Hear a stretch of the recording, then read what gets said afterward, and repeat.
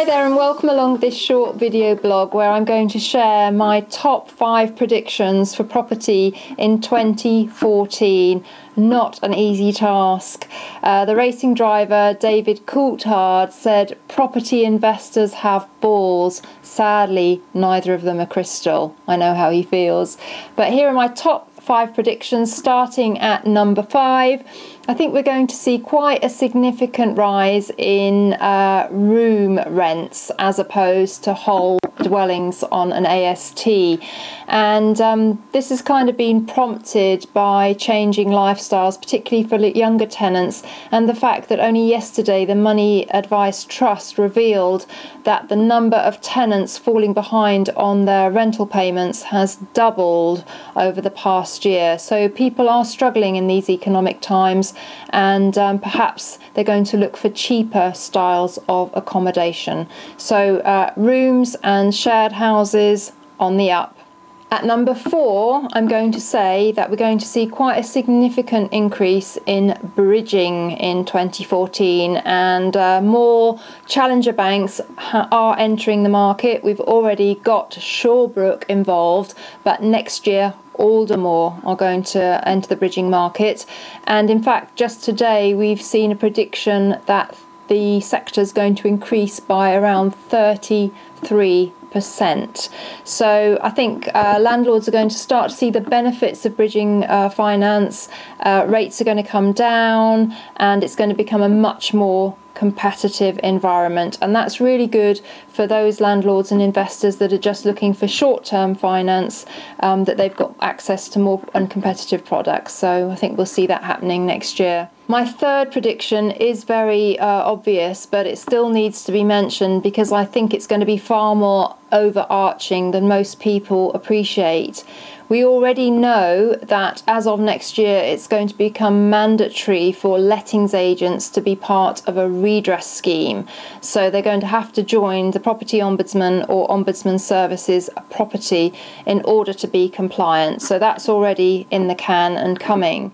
Continuing with the theme of regulation, next spring we are going to see the introduction of the Mortgage Market Review. Now clearly this affects regulated financial products far more than buy-to-let, but I do think it is going to have some impact on buy-to-let, in as much as some lenders will be tightening up their criteria and also looking at affordability levels for buy-to-let investors. And the message here is that landlords and investors must keep their affairs in order and must keep their credit rating squeaky clean for 2014. And finally, we're going on the regulation front, we're going to see the introduction of both mandatory and voluntary regulation of landlords, private landlords.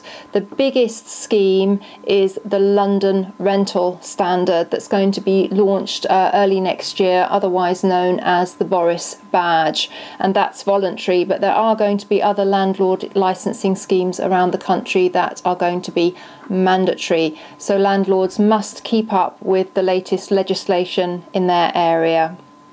At number 2 in my predictions, I'm going to say that holiday lets are going to be a growth area, or continue to be a growth area of property investment, because they've been doing very well for around the last 4 years.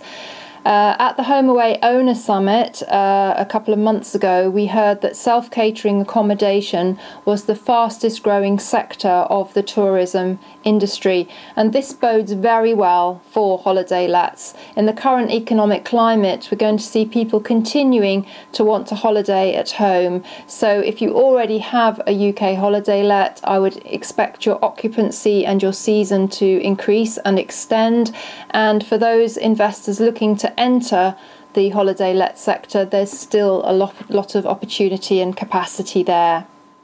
My number 1 prediction for 2014 is that the introduction of universal credit is going to cause a lot of uncertainty in the private rented sector, and may force some landlords to actually leave and stop renting to tenants on housing benefit.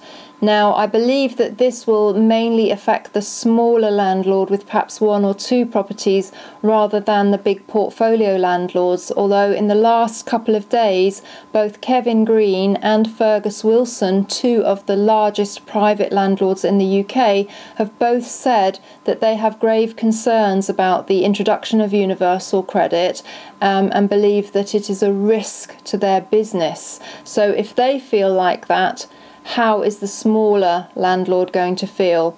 I think that the more experienced landlords will work with universal credit. I think the government will be forced to work with landlords and make it more attractive to them. But I think we will also see some of the smaller landlords exiting from renting to tenants on benefits because they just can't get their head around the whole universal credit system, and it just feels like too much risk to them. I also think we will see a number of landlords selling off their portfolios and properties to benefit from rising prices. They may just see that 2014 is a good year to exit prior to interest rates rising, and of course there's a lot of uncertainty around that as well. So those are my top 5 predictions for property in 2014. Exciting and challenging times ahead. A lot of opportunity, particularly for those landlords that stay educated and informed. And I'm very much looking forward to property tribes playing an increasingly important role in making sure that landlords have the right information at the right time to make wise decisions about their property business. Thank you very much for watching. Happy New Year for 2014.